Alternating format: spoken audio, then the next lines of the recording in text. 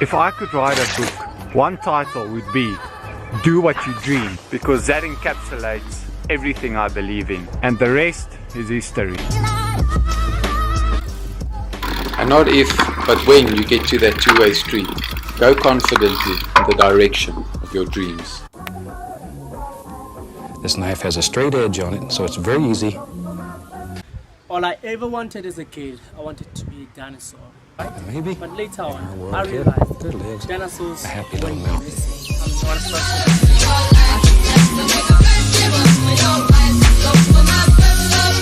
You see, sometimes dreams can be confusing, just like the traffic police. Dreams, I don't know.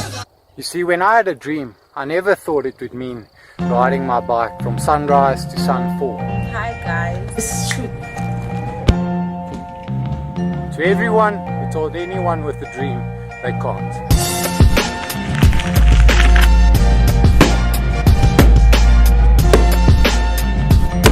My name is Abbas Harris and I'm with Active Body Sports Development. Abbas is trying to do a really great job by inspiring all the youngsters, you know. How's it? My name's James. I'm Peter Schaefer. I'm Bradley Pocket. Guys, I'm Andrew Hill. I'm JD Julius. This is Ryan Harris here. I'm Ken Main. I'm Chris Lister. My name is Mitchell Elliott. Racing for the Active Bodies. Active Bodies. Active Bodies. With Active Bodies. Active Bodies. Active Bodies. Active Bodies. Hope to see you then. In the Coronation Double Century with Coronation Double Century from Road Cover Professional Cycling Team Prototype. I'm glad to be racing for the team as As it supports. The cause of the team is great. I mean, we're riding to inspire young athletes to become better and go into a professional career. I think that's the main reason we're all going. It's very important for me. I've ridden for Abbas Harris before, and it's a very challenging race. Their fastest time over 200 kilometers, and I'm very excited to be doing it with them. So I think the whole team is motivated. In the background here you can see a city. It resembles a lot of dreams when I think of a place like that. But also at the same time, it's where a lot of people give up on their dreams. This year I have a dream. When I was a kid, My dream is I have a dream. I have a dream. I have a dream. I have a dream. I have a dream. I have a dream. I have a dream of a dream. Yeah, many of them have the same dream as what I had when I was a youngster, and that was to become a professional cyclist. I always knew that I wanted to be. My dream is to become a lawyer. A DJ. to ride the Tour de France one day. I'm a doctor. I'm a cyclist. To be a World Tour rider. I'm a soccer player. Go to the Olympic Games. I'm a dancer. Become a minister. Become a teacher. Become a lawyer. A teacher. That's my dream. And to go even further, if I had to characterize what this new generation of kids could achieve, it would be a never-ending fairy tale. And no matter how big or small your dream is, we all need something to believe in. I'm an inventor. And I want to help and help them become a better place. I can help them poor. I can invent better things for them to have a better life. And what I'm ultimately trying to tell you is that be the person when you were young, when those dreams still scared you. To become a marine biologist is so much a great life song. But yeah, when Abbas gave me the call, I was in. And yeah, we want to win it for him. It is an initiative that supports youngsters and gives them opportunities. Most of us had when we were youngsters and I really enjoy this racing with this team. It helps to develop underprivileged. There's going to be youngsters there as well at the race that's going to be there to support us. as professional athletes, we've definitely got an example to set for the younger riders. I think the most important thing is to be good mentors. Really looking forward to riding with the guys. Pushing more boundaries every single day. It's not about the individual. It's a really hard course. The last 30 k's is really hard, and yeah, it's just basically a team effort, you know. Also very scared at the same time because some of the guys are going really well, so it's definitely going to hurt. Quite a strong team this year. Hopefully we take home the goal. But definitely going there And put it into fifth gear and then see the turbo still spin. to win the race. Put that in the video, eh? Please. Okay, Billy, I'm riding my bike. I'm on my way to work. I'm backpack on, kids in the back. So please come join us and support our team. Got a really good team that he built up for some of the youngsters to aspire to, you know, like yourself. If we can inspire kids and give them hope, become doctors, teachers, professors, directors, even the president of this country. So with all the dreamers out there, I tell you, keep on dreaming. Because in this world, no one knows anything.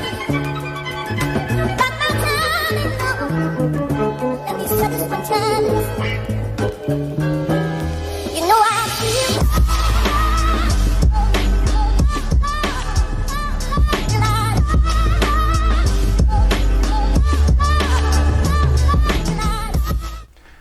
G'day and welcome to the Couch Coach. I'm your host Fazil Jacobs, and hope you found that video that we just had as an introduction inspiring, because we have an inspiring group of people in studio today. We welcome Chris, Josh and Abbas to the studio. Thank you so much for joining us, guys. No, thank you very much. Hello everybody. Abbas, let's start with you. Active Body Sports Development. Yeah. What is this all about? Yeah, so Active Body Sports Development is an organization based on the Cape Flats, and we help as many kids as possible and focusing on cycling. So we took, for example, this year we took 60 kids to cycle tour, and we also, our other big project for the year, we enter an invitational team in the Coronation Double Century, and the idea of the concept, that was last week, yeah. So the idea and concept is for them to go actually win the race, and we take a busload of kids to go meet up with the riders and spend time at the event and to inspire the kids, to show them that anything is possible. And in a nutshell, that is the two big projects that we run every year. This year, next year, our intention is to take 100 kids to cycle tour, and it would be made up of our current base of kids, as well as some new kids coming on board. So there's always kids coming on board, and our main focus is to look after kids. So that's what Active Body Sports Development is about. All about. And about how many kids do you have part of your organization? Yeah, so this year we took 60 kids to cycle tour, and next year we're planning to take 100 kids, as I just mentioned. So that 60 that went is 60. Your current crop? Yeah, that's the current crop, yeah. And then, well, obviously we're going to extend on it, and some kids they tend to don't. They don't take to cycling. Not everybody takes to cycling, but we give them an opportunity to do the cycle tour, train them up to do the cycle tour, and if they like it, they come back. But we find that most of them actually comes back, and some of them during training they give up, but those that follow through and carry through in training, we don't give up on them. But we find that most of them actually come back, and we can grow the base much more. So the kids for next year, we've got kids coming from Guguletu, and also there's kids coming here from the Pinelands area, Thornton area, but they also come from all over Cape Town. And obviously Bonteheuwel, Manenberg, Heiderveld, Mitchells Plain, and they're all on board here. So we focus on working with organizations such as schools, primary schools and high schools, but the primary schools more we donate bicycles to them, and they would have a program at the school itself to get the kids into cycling. But with the high schools, ages between 14 and 18, that's the target age group, to get them into cycling. So once they've shown some progression with cycling, that they can actually handle the bike, go around, they will be part of the program. We have an 8-week program. It starts January, and the first week we tend to take them, identify. So for example, this year it was Alexander Sinton. We took them around the block of Alexander Sinton, so it's an extended block of about 1.3 kilometers. So at that time there wasn't enough bicycles, so we'd get the kids to ride around the bicycle, around the block, and those that never had bicycles, to the shock, they actually had to run. So those that rode, they would ride 3 laps, and the others would run a lap, and then they would swap bicycles so that everybody gets an opportunity to actually ride the bicycle, because that's what they came there for, to ride bicycle. And eventually we ended up buying, I think we bought another 20 bicycles, just to give them all access to bicycles. And eventually after 3 weeks we took them out on the road. We took them out to Muizenberg. The intention was to go to Muizenberg. We didn't get to Muizenberg. I think we got only to Plumstead, because it was just too much, because the first time on the road it was a bit chaotic and also a bit unsafe. There was some of the kids that didn't fulfill all the roles, they didn't listen, and we had to turn everyone back, and we came back. And then the following week we went to Muizenberg, as a goal. And then the week thereafter we went to Simonstown, and after Simonstown we took them all around. So each and every week the kids that were part of the program, they were stretched, and they actually coped. There were some kids that there's one little youngster, what's his name, Toir. We went out, and we got to Lansdowne, and he got cramp. And I said, but we just left the school, I can see the school. And he cramped. But you know what? Every week he was in the van. So we had a support vehicle that went with the kids, and we also had we had a support motorbike as well.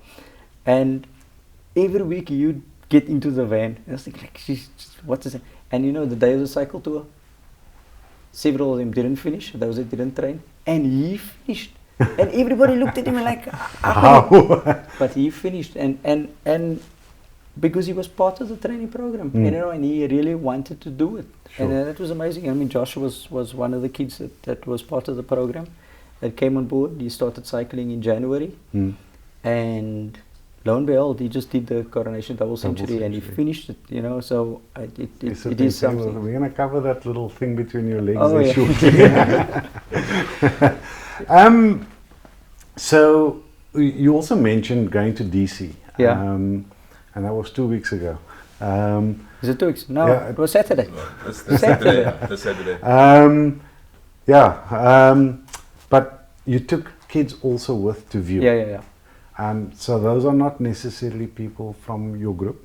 It's also other kids as well. Yeah. So we invite kids from the various orphanages, from the primary schools, and also from the group. They're not necessarily cyclists. Just understand. But it's because this concept is not about cycling. It's about showing them that anything is possible. Yeah. And many of these youngsters, they would have been exposed to something brand new. And we don't know what seeds we're planting with them. So hopefully they can become great people. We don't know what great leaders they might become. But we are planting seeds and taking them out to the community and seeing what can happen from there. Yeah. So even if we don't achieve anything, we might think we're achieving nothing, but we've at least managed to get him out of there. I mean, if you look at Nova Park at the moment, it's really ridden with gangsterism. At night, we live in Mount View, so at night you can actually hear the gunshots going off continuously. And to get kids out of that environment, it's amazing. We can't do it all the time, but at least we can try, you know, and who knows what happens from there. So guys, I'd like to pick this up after the break, but right now we've got some bills to pay. But check back with us in a few. Okay.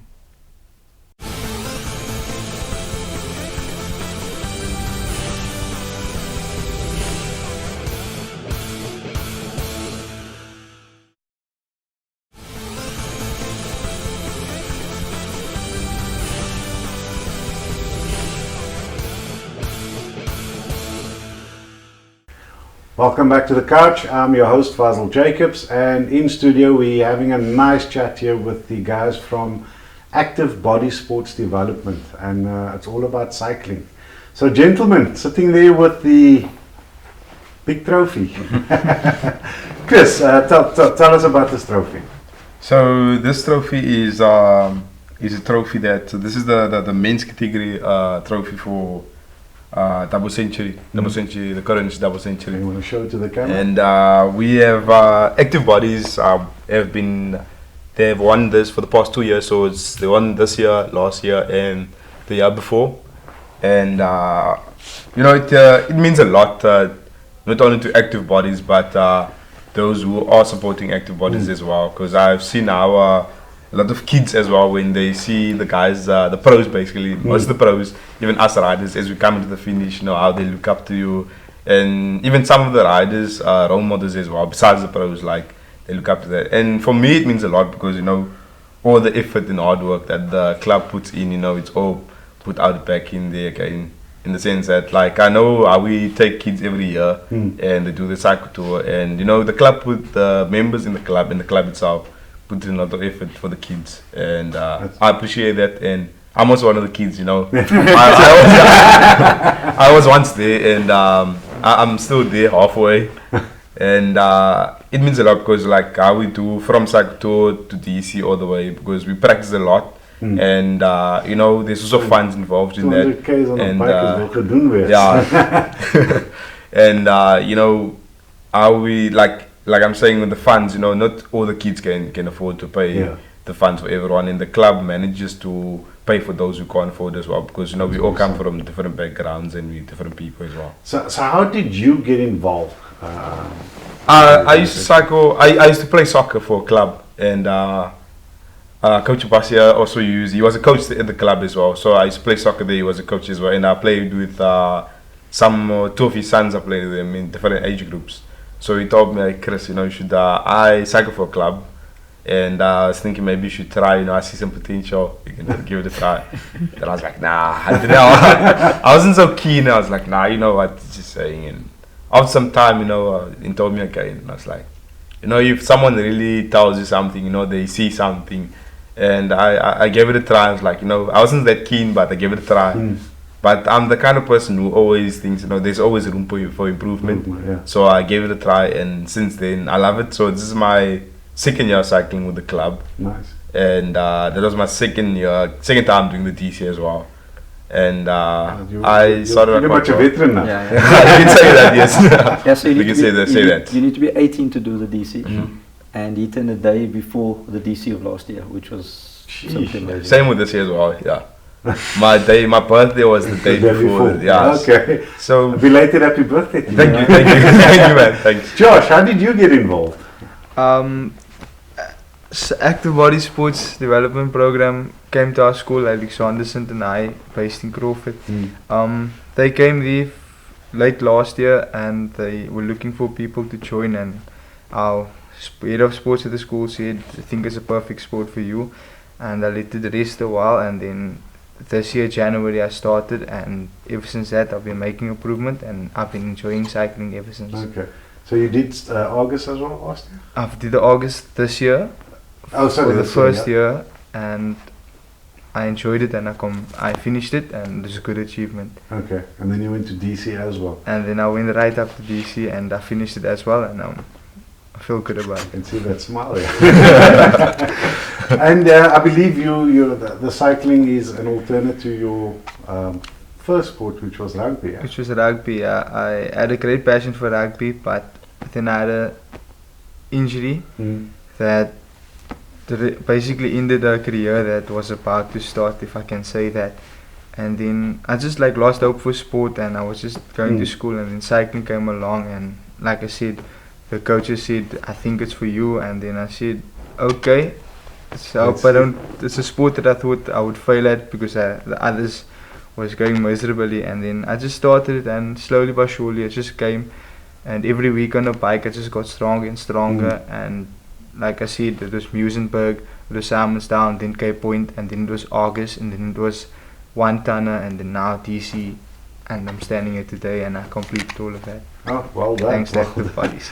Abbas, Yeah. Chris mentioned the entry fees, and sometimes the kids can't pay. Yeah. You were saying something off air about how they got to work towards it, and then if they really can't get there. Yeah. So we get some cycling entries via the Pedal Power Association for a discounted price, but the kids that we deal with, we find that, and our main focus is that kids don't pay. I mean, that's our motto: kids don't pay. But we also found that with lessons over the past few years, that if the kids don't pay for anything, they're not learning anything. So we need to empower them to actually appreciate what they get.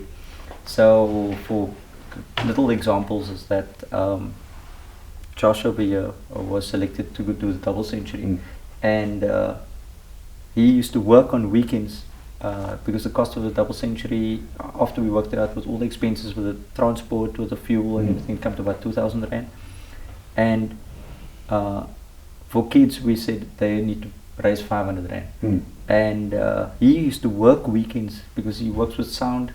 He used to go work in churches and different parties and everything else to support people so that he could raise funds to actually do the event himself.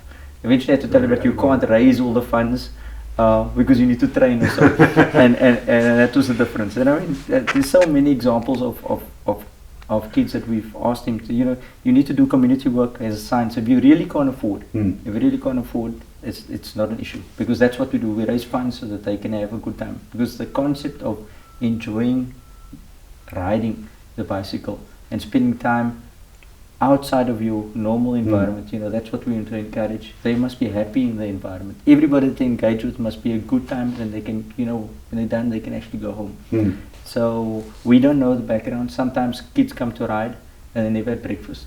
Sure. You would think that they're coming out and they never had breakfast, maybe it was at supper the previous day. But at the end of the day, if you're dealing with kids and you speak about development, you need to really engage with them and understand and see how you can help them. And I mean, on to some degrees we might be a feeding scheme as well.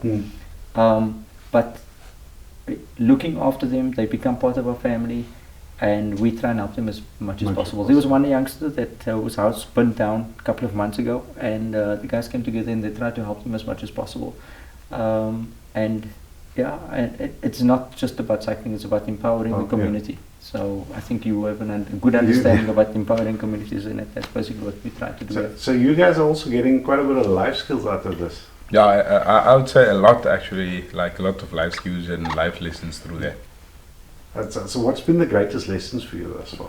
For me, the greatest lessons that I've learned so far was that nothing is impossible, and to be good at something or to achieve something, you have to work towards it or work for it, because nothing comes for free. So if you want to really achieve something, you have to work hard. So what you put in is is what you get out, because it's not just gonna happen. So you have to work towards something to get something, and don't ever feel like it's impossible. Because even like through cycling, I've had races whereby I thought this is like, I remember when I did my first 1 ton, which was last year.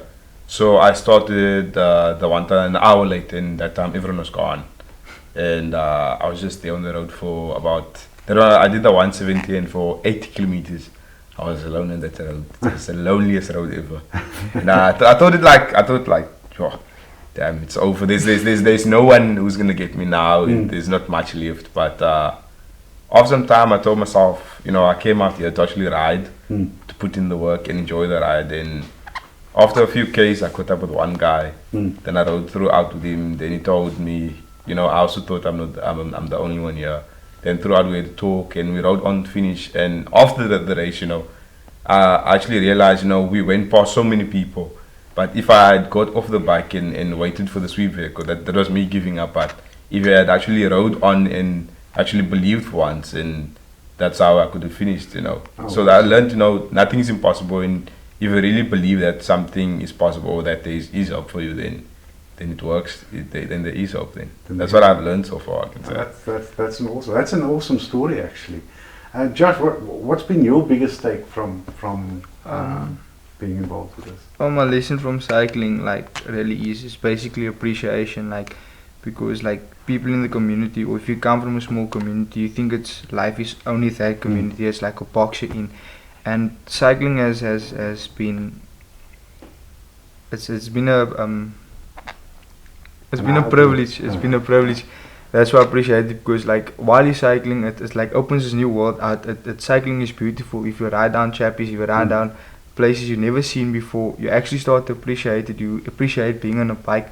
It's hard, but you can appreciate because you went where you never imagined you could go so far on a bike without a car or anything like that. And you just don't worry about the experiences. You don't worry about gangs. You don't worry about violence or anything. It's just you and the bike and the nature around it, which is beautiful. And to appreciate that is a privilege for me, and I'm just gratitude towards life and towards people that can provide that opportunity for you was just amazing. And the greatest lesson is to always dream big than to dream small, because if you dream small, you're gonna stay in your community, and if you dream a bit bigger, impossible is nothing.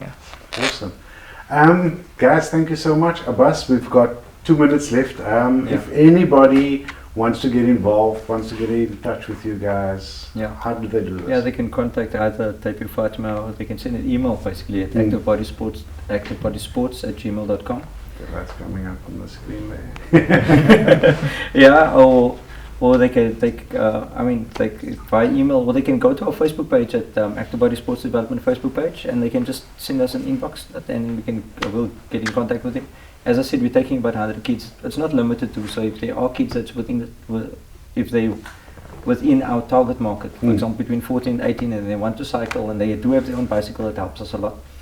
And even if they don't have a bicycle, they can come along and we can see what we do.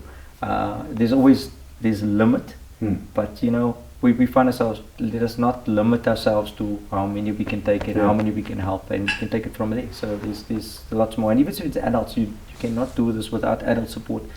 So if we can get some adult support, no problem. And if some schools that want to get involved, they're more than welcome to get hold of us. So The last thing is that I mentioned to you about the orphans. So St. Francis Home, they're sending 7 of the kids as part of this program, and I'm really rooting for them because, you know, out of the total target market, the orphans are the ones that we really want to help, because if nobody helps them, then you know that's for me that's closest to my heart. Awesome. Guys, it's been such a pleasure having you on the couch. Thank you so thank you much very for much. Please come back, let us know how August went. No, if you reach that goal. To the viewers out there, I think it's almost become cliche saying that, you know, sport is really an outlet for the kids. We really got to give our kids, especially in the impoverished communities, something other than the gangs, the violence, the drugs that's in those areas. We need to have a resurgence of the various sports, not just cycling. There's soccer, there's cricket, there's rugby, there's so much. We really got to get this going. Support these guys, and you never know. As Abbas said, the next president could be coming out from these communities. Thank you so much for watching, and we'll catch you next week.